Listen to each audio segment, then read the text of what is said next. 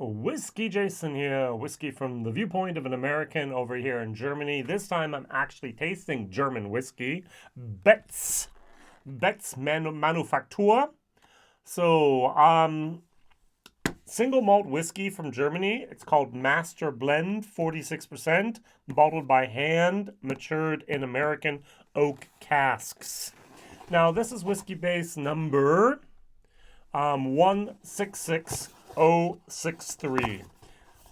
The company Betz is a family-owned company. They're now in the 4th generation. Beautiful bottle, by the way. Heavy. This is something like almost weighs like a baseball bat. And the second thing I must commend them on is they did this at a 0.7 liter bottle. The problem we have in Germany a lot and over here in Europe is they'll go to a 0.5 liter bottle, charge the same price. So this is 49 euros 90. This is 50 euros. That seems like a lot, but that's actually a very normal price for whiskey here in Germany because it's all made by hand. And that's actually not that wrong. So this appeared in the market in about September 2020. I really don't understand because on their website they said they started distilling 2019. It has to be 3 years old in Europe, so it's got to be at least 2017 is when they actually started. Or I just don't understand something, all right? That could also be our problem here. So, their website is in English, so I can actually take a look at this a little bit and do something for us as well. Oh, that's kind of nice. That's very, very nice. All right, good. So, what we have here is a nice single malt German whiskey, 46%, in American oak casks. All right, so I need to pour it. Now, it is a artificial cork, which I can live with. Just wood at the top. Beautiful bottle design. I think the entire packaging here is fairly well done, to be honest. The label, a little bit of an old school moment here. Even the packaging here, look at this. You have the blue, you have the white, you have the blue, you have the red. It could be France, it could be Holland, it could be America. Red, white, and blue. So who knows here? That's very, very good. They have some tasting notes here. They have a tiny little story. If I were to translate this quickly here, it says, the new German art. So this is the way people enjoy whiskey today. So there were times where the good whiskey came mostly from Scotland. Today, we here at the foot of the Swabian Alps are trying to go against the prejudice here in our little hidden province. We're showing that whiskey can also be something very surprising, and we can actually conquer the world, the bars of the world. We have over 100 years experience in distilling, and combined with our modern distillation system, we can make a unique whiskey with the new way of enjoying it. These things in common with the big distillers remain: the art of distilling, the passion for the perfect taste, from the barley to the maturation. We keep in the best single malt in these treasure chests that are made out of oak wood. According to the traditional methods, and with a lot of pioneer spirit, we are now moving whiskey enjoyment into a whole new time period. It was my trying to translate that on the fly. All right, now this is American oak. In my German video, I kept on smelling German oak. There's a big difference between European oak and American white oak.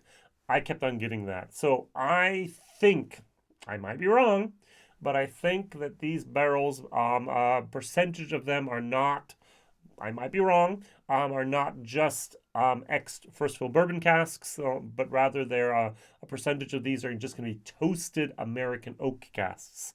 Why? Because we use them in the wine industry. They don't like charring it. They only like toasting it. So that might be the case. The other thing is If you go online, you can find BETZ, Distillery, with IE at the end for the German.de spelling. And they actually have a Instagram page, they have a Facebook page, and nowhere on any of these pages is a single picture of their still. We have pictures of them receiving tawny port casks, red wine port casks from Rothschild. We have sherry casks being there. We have them filling casks. We have racks of casks.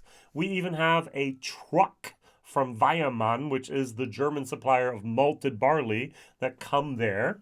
They actually have a nice little video of a cooperage here in Germany called Eder, E-D-E-R, and they are actually making their own casks out of their own wood from their own forest in the southern part of Germany. So they cut down these trees.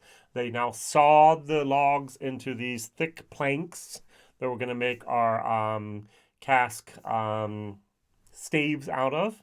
And now they're going to let that wood actually air dry for the next 18 months. Whiskey takes a long time, all right? So you need to have the wood dried, you need to have that air drying, you need the casks made, you need to fill the cask, you need to wait a few more years. I mean, this is a 6-year project minimum here, and that's very, very good. But actually, I just want to see some copper. I want to see the pot stills, the column still, whatever you're using to make this thing on. I would love to see this. Now, I talked about that truckload of barley from Weyermann. And the problem is Weyermann, I'm going to say the problem is Weyermann allows each and every distillery here in Germany to create their own malt mix. What is a malt mix? Well, usually up in Scotland, you're going to probably use the malted barley, which has the highest yield. And I'm not talking about the variety of barley. I'm talking about the malting degree of the barley. So they're going to malt it. They're going to heat it up. They're going to change a little bit of that starch into sugar with the heat. And they're going to stop before they destroy too much of that and turn it into proteins that cannot be distilled, cannot be ate, cannot be converted into sugars. If you roast something too much, you have a much, much lower yield. You have a much higher amount of those roasted aromas. Think mocha, think coffee, think cappuccino, think roasted things. And what we do over here in Germany is, for some reason, I don't know who that is at Weyermann. I'm going to have to talk to them one day. They push this roasted malt on them. Almost every single new distillery that I've talked with are so proud of the mix of a higher percentage of that roasted, not just malted barley, but roasted barley. And it looks a little bit almost like coffee beans. Yeah, they get brown, even into a little bit black. And I remember 5 years ago talking with this one distiller, his name, Holger, from Whiskey, WHESSKEY, Whiskey. He was in Hesse, that's why it's the HESS. And he was so proud. He actually made a whiskey from this dark barley, toasted barley. And I just dislike it. But apparently there's a lot of people that do like it. And I think that's the case here. Many of you have tried Glenmorangie Signet. And the Signet, what's the speciality of that? They have roasted, toasted malt in there. They can't use too much of it because the yield goes down and it doesn't really ferment as well as it should, but that flavor profile comes through to the very end. And if you ever remember seeing my video about that, you'll know how I talked about it and explained everything, and my entire tasting video of the 15-minute video was 3 minutes because I don't like it. I don't like that roasted moment in my whiskey. I do not like coffee. I do not like the smell of coffee. I do not like the taste of coffee. It's way too bitter for me. I do not like bitter moments. Roasted, bitter, not for Jason. And that's what I'm getting here. All right, I'm getting on the nose. Whole bunch of wood, and I'm not talking about the good wood. I'm talking about I'm chewing on the popsicle stick moment. It's way too much. This whiskey cannot be much older than 3 years of age. This is fairly young whiskey. It is natural color. It is non-chilled filtered. Bravo, bravo, bravo. The bottle design is fantastic. Oh, look, I can actually almost maybe even see a little bit of the still here. That B is turned into a little bit of a still, but no, doesn't count. Doesn't count for me. All right, so I do want to see your pot still. Now, there's a lot of other German companies over here at the moment that have a 100-year history, fourth, fifth generation. They do make their schnapps. They do make everything else that's over here that's just normal for especially down in the southern part of Germany, they use a lot more of the schnapps, a lot more of that, of the fruit schnapps, and up in the north, they use a lot more of that, more of a vodka type of aquavit. We actually call it corn. That's a grain, a distillate that they made up there.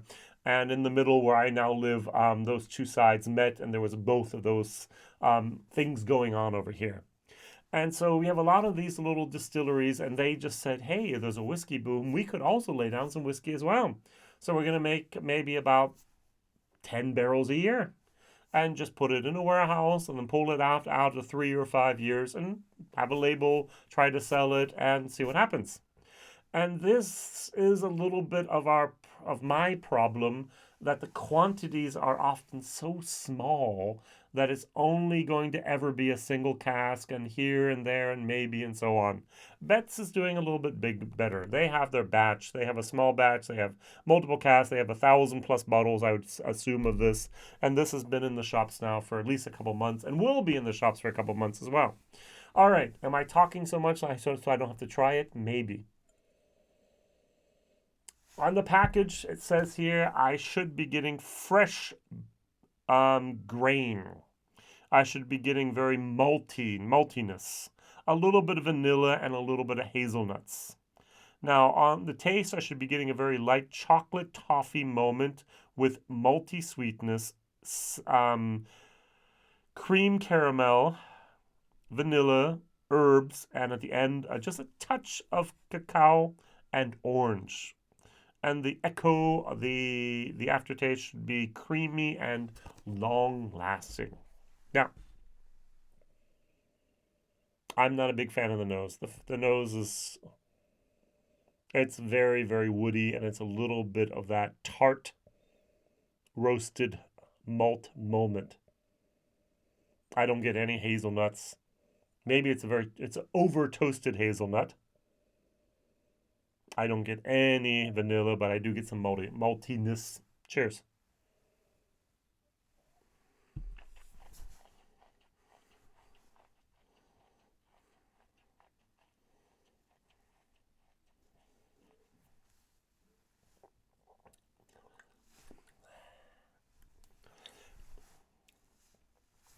It's not as bad as it smells.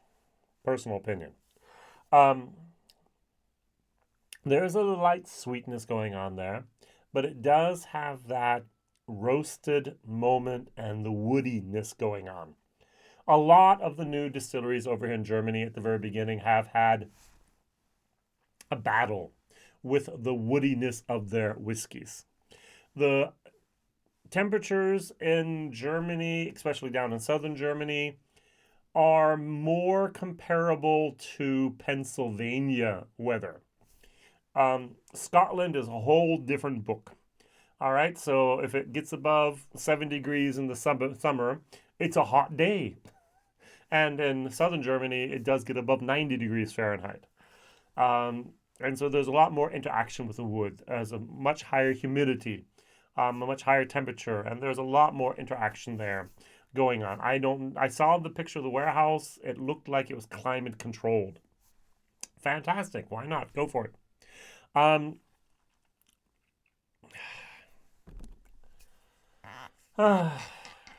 This whiskey and I will never be friends, but it's going in the right direction.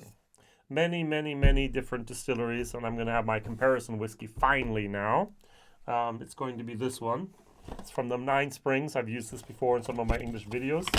This also costs €48.90. This is $49.90. This is a 0.5 liter bottle. As I mentioned, this is 0.7. And what they had, the same problem here with the Nine Springs, is this was also this triple cask. So we have ex-bourbon casks, we have virgin oak cask, and we have red wine casks. And what happens is at the very beginning, they over oaked their casks. After 2 years, even the third year, they were so woody, so tanninic. There was so much tannin in there that they just had to blend it out. And here we did not have that privilege to blend it out with something else. All right, so the color, a little bit darker maybe here. Okay. This has more of a chocolatey moment, a little bit more of a fruity moment. I really like this. 50 euros, 0.5, 50 euros, 0.7. Don't forget. Both of these are non-age statements.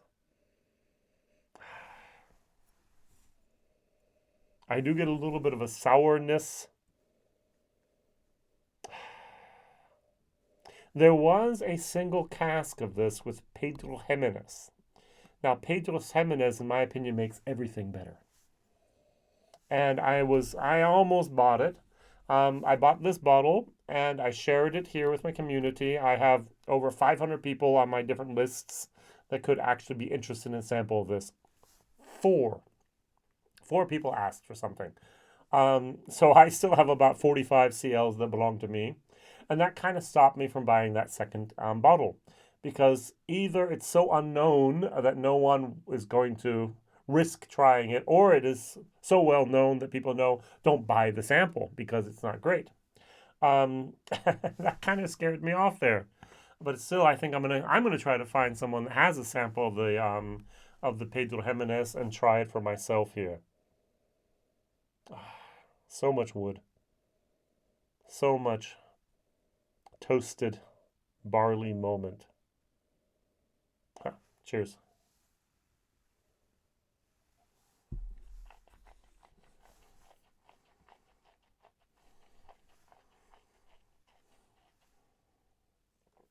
And when you swallow, chewing on a popsicle stick. A little bit of tartness as well. I'm going to give this a C minus for the experience. It's actually a C minus, a C minus D plus. Value for money, 50 euros. For a German whiskey, it's actually not bad. Still, I'm going to have to give it a D plus for the value for money. Why pay for something that doesn't taste great? It is a good bottle. It is a good pack. There is good packaging. There's a nice little story there. They need to tweak it a tiny little bit and present it. They're still doing a little bit better. The term master blend, if you type in master blend, you get coffee, first of all. Maybe that was on purpose. So you can't mix German. Art actually means the type. And so they said the new German art, and they mean like pictures and paintings. Definitely not. They just took that German word and put it in there. A little bit of a thing. They have to work on the packaging. But other than that, I think a very, very good presentation. Betz, keep up the good work. I hope to have better whiskeys in the future that more along my wheelhouse. And if I'm going to lay back and enjoy a German whiskey, it's going to be probably something from St. Kilian, it's going to be something from Ellsburn, or it's going to be something from Nine Springs. Those are my go-to German whiskeys at the moment, and maybe one day you might be able to get some of them as well. If you're Solaris is going for a little bit more distribution at the moment, and there's not many other whiskeys outside of Germany that have enough production capacity in Germany to actually export yet.